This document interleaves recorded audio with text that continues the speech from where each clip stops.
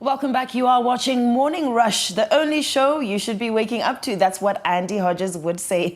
But it is the only show you should be waking up to.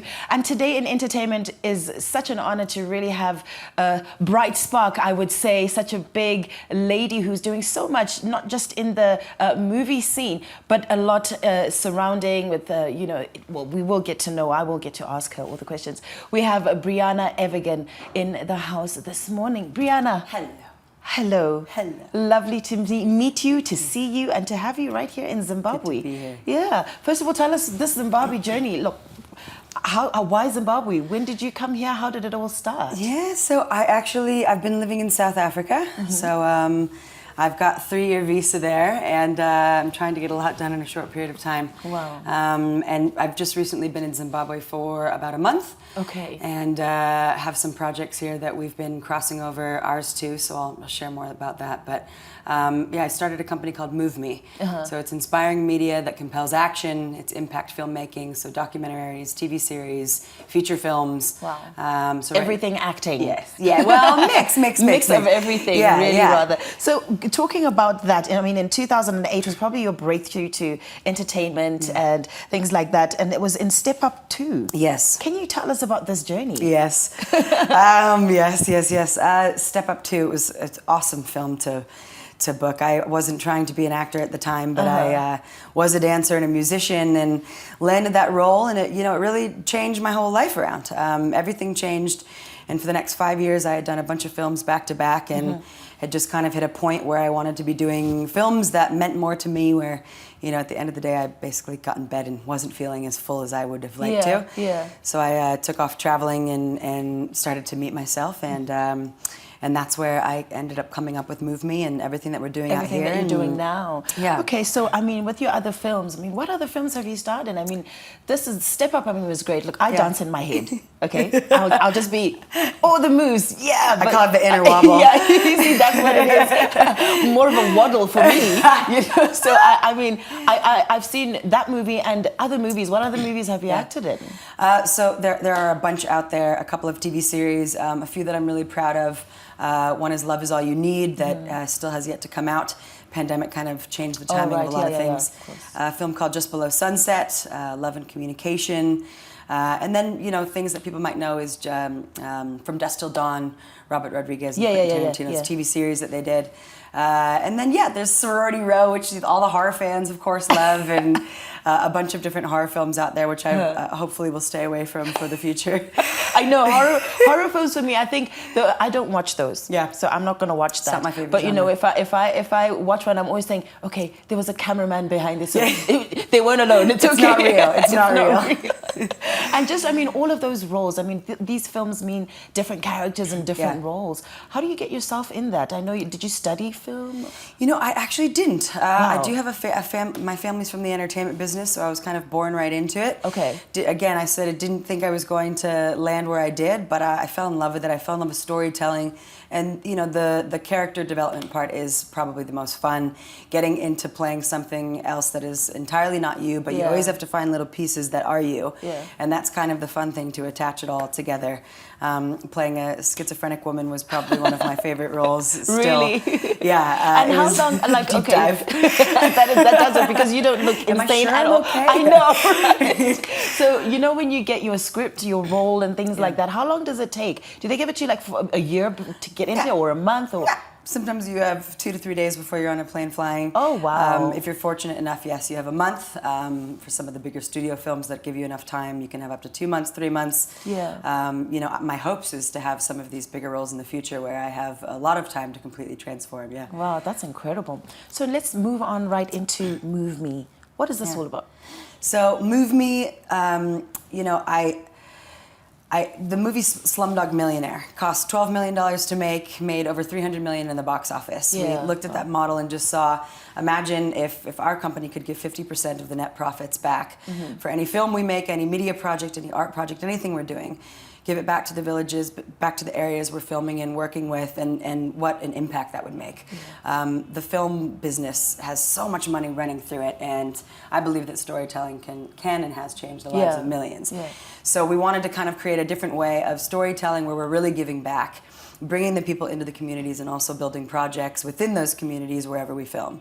So the first thing that we're doing right now is a docuseries in South Africa in Bushbuckridge, and we're doing a feature film end of this year, an anti-poaching film, action-packed drama, fictional-ish. And obviously, so when you talk about you've been traveling and you've been living in South Africa and you're doing all these movies, how are you getting your cast? What's the casting process? Are you working with cast specifically South African, or you have some people in America coming through? Both, yeah. So we are absolutely an international film company. So we're pulling from all different areas. Obviously when it comes to box office and that sort of stuff, we try to mix it up and bring in a big name, and then also completely surround that name with local hire. Absolutely. Absolutely. Great. So Briana, you've traveled obviously Africa, Asia and stuff, and you've gotten to this point. What experience did you actually go through? Because I know you're working with the anti-poaching world and things like that. Did you go through an experience for you to get to this space of helping in this regard? Absolutely. I started traveling throughout Asia, and I saw the elephant abuse in tourism camps, and it just completely rocked me. And it sent me on this whole journey and understanding what was happening to animals and, the voiceless, these vulnerable creatures that need us. Just like other humans need us that don't have a voice or are incapable of speaking for themselves. And we need to be there for humans, animals, the planet, all of it. Yeah, because I know you are working with human trafficking as well. Trying to curb that. Yeah. And now it's mainly focused on community work, because what happened was, after all these travels, there was a baby elephant that was caught in a snare trap in Indonesia, and when it died, I just remember thinking, if we don't heal humans first, how are we ever going to heal the planet and help save animals? Yeah. So everything just got redirected, and that's how I got into the poaching crisis going on. And that led me to South Africa to work with communities, and that's where we created what we're calling right now Abundant Village. Okay, I was about to ask you on that one. Tell us about that. So Abundant Village is, it's a resource-rich set of sustainable solutions. It's water, food, and energy security first. If we can fill the basic needs of humans, I'm in a good place.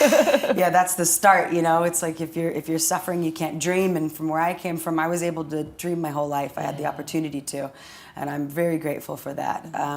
So after that comes housing, childcare, wellness programs. This is a hub for creating job opportunities. But if we start with those three, we can create this model, prove it out, make the blueprint, show it to investors, donors, and our plan is to make 100 of these in the next decade. Wow. And they'll be different. They're tailored to every country, to any area. It's not just specific to Asia or Africa. It's everywhere around the world. Yeah, and you can think of us as a toolbox. It's like we're going to put all of these things together and offer them. What is it that this area needs? What are the challenges being faced in this area? And we want to be able to bring those. And we want to do them together. Everything is to be sustainable and locally run in the end. But we have to prove out this first model and make it work. Absolutely. And I'm absolutely sure it's going to work, because your heart is going to help society, communities, and people to actually have a better life, which is something that I believe is always a pro in life. And when you're doing all this work, the acting, all of the stuff you're doing, your support system, do you have a family, children? I know you just had a baby. How do you manage and balance that life with this life? Do you travel with your child or your family? How do you do it all? It's been probably the biggest struggle for me lately, the whole balancing act. But I've just gotten back into it, and I'm feeling pretty good about it. The good thing is my work is my purpose and my passion, so I can't stop it. I don't want to stop it. My child comes with me everywhere.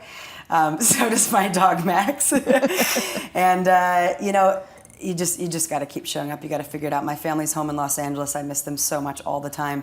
But I have a huge support system at home, and they are just rooting for me over here. So that is incredible. So this 2023, the new movie that's coming out, which one? So hopefully, just below sunset, Love and Communication is doing the festival runs right now.